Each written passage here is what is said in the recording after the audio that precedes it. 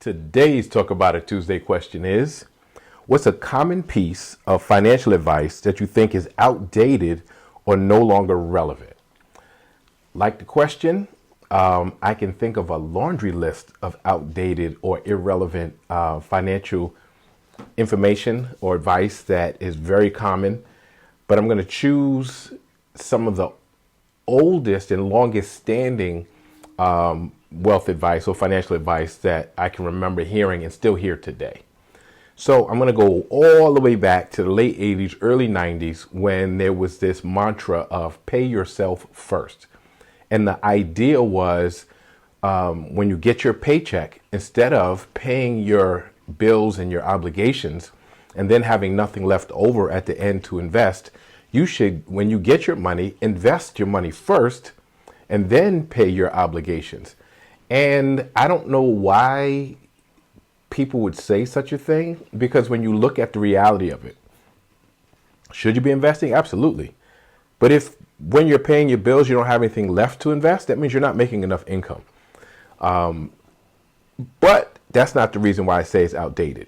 The reason it is outdated is because your obligations, your financial obligations, in most cases, will harm you if you don't have enough money left over. So if you invest first and you can't pay your mortgage, right, then you're going to lose your home.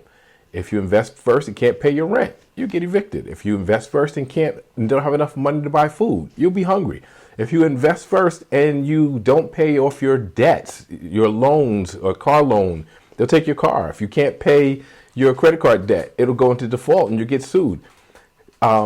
And that's just not the only problem, that those things will hurt you in that way. The interest on debt usually far exceeds the amount you will get on an investment, so you'll end up net negative anyway. So I give you an example. The S&P 500 over 21 years averages about 10%. The average credit card debt now is over 20%. Do the math. So if you allow this credit card debt to pile up while you're investing, you still end up net negative. So that's a poor piece of advice. Pay your debt obligations first before you invest.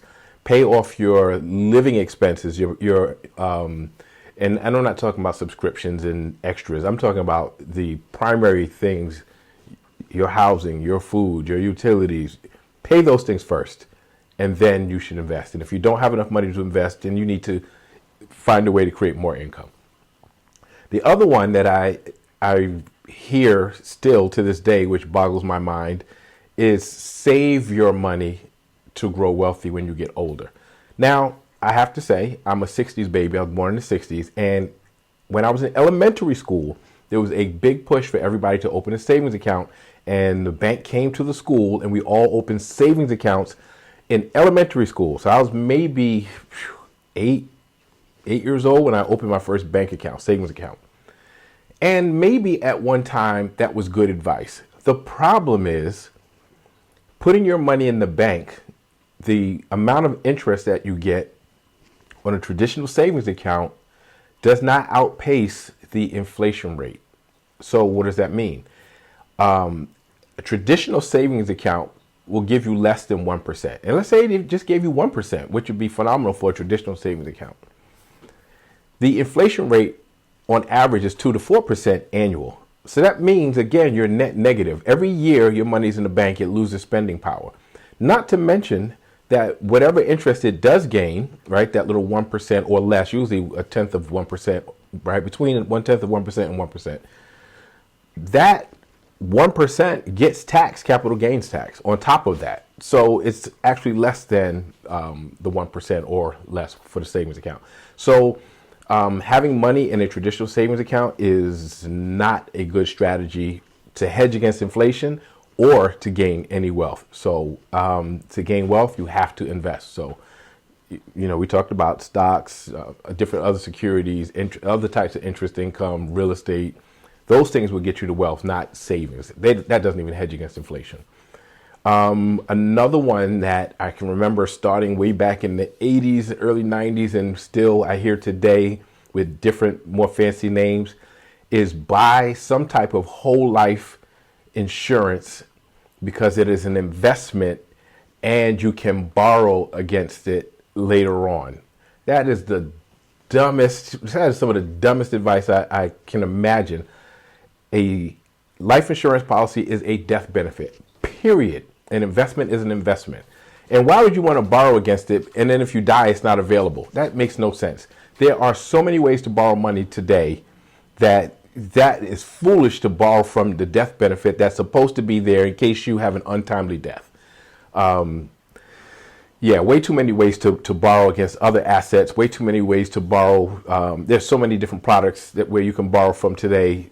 Borrowing from your death benefit makes no sense. And the premiums are usually 200 to 300% higher than if you got a term life insurance policy for a greater amount, right? You can get a greater payout, death benefit for a smaller monthly premium, a fraction of what you would do for these whole life, universal, all these fancy names that are ridiculous, that don't have a big death benefit, but say you can borrow against it. That's just playing on your fear that one day you'll need to borrow against it. You don't. It's a death benefit. So that's the other one. And the last one is probably going to hurt a lot of people's feelings, but I have to say it because this one is a long-standing one too. Just follow your passion and you'll get rich. Lies, lies, lies. Now, I'm not saying there aren't some outliers, a few people, but I'll just give a personal example and then I'll relate it to everything else. So as a kid, I was a very talented athlete. And in my mind, and everybody around me, they're like, one day you're going to the NFL. And I tried, right? And what I didn't understand was I was one of the lucky ones, right? Because I got to play college football. And what we don't grasp fully, only 7.3% of all high school players will get to play in college. Now do the math. There are over 1 million high school football players. 7.3%, and that's on all divisions, Division 1, Division 2, Division 3, club, and junior college. 7.3% of high school players will get to play in college. That's a tiny fraction. So there's some skill and talent involved, but there's a lot of luck involved in that too. So I was one of the lucky ones who was talented and skilled who got to play in college. The transition from college football to the NFL is scary. 1.6% of college football players get to play in the NFL. 1.6%.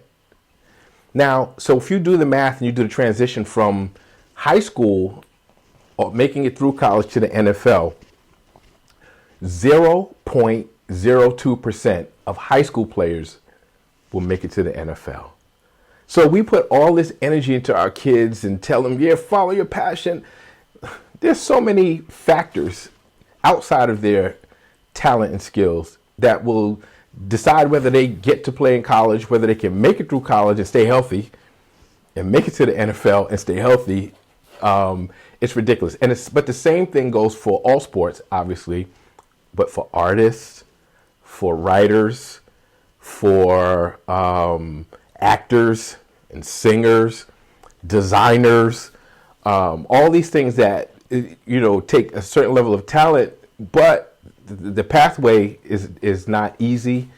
And even when we talk about smaller things, right? People have a passion for a business idea and they want to sell their passion. Just because it's your passion doesn't mean it's saleable, right? So my philosophy is make money so you can do your passion freely, right? I'm not saying don't exercise your passion, but the idea that you can monetize your passion, there are extremely few outliers who get the opportunity to monetize their passion. And most of the time it has less to do with their talent and their work ethic and their drive than other factors. And I don't want to call it luck because that's like this, mystical word like, oh, they were lucky. But yeah, a whole lot of things have to collide, for that to happen, that are out of your control. So if you're going to, I'm not saying again, don't attempt, but don't put all the eggs in that basket because the chances are slim to none. All right. I told you the pathway from high school, and everybody pretty much in high school thinks they're going to the NFL. 0.02% of high school players end up in the NFL. So, and if we look at those statistics for how many actors and writers and all these other, the numbers are staggeringly scary. So those are, I think, the four things I would say. Again, that pay yourself first. No, pay your obligations first. Make sure you have enough money to invest after. Save your way to wealth. You're not going to see, you can't. You can't beat inflation in that regard. So invest your way to wealth, not save. Buy some whole life product. Think that's a waste of your money and a waste of your efforts. Get term life insurance. That's it. Term life insurance, enough to bury you. And the last one, follow your passion and you'll get rich. No, make money so you can do your passion freely. So those are the things that I think are the oldest things that I've heard, the longest standing things that I've heard that are really outdated. But of course, there are more. I'd love to hear some of the advice that you got that you believe is outdated or irrelevant today. But please like, share, subscribe, keep the questions coming, and I'll see you next Tuesday.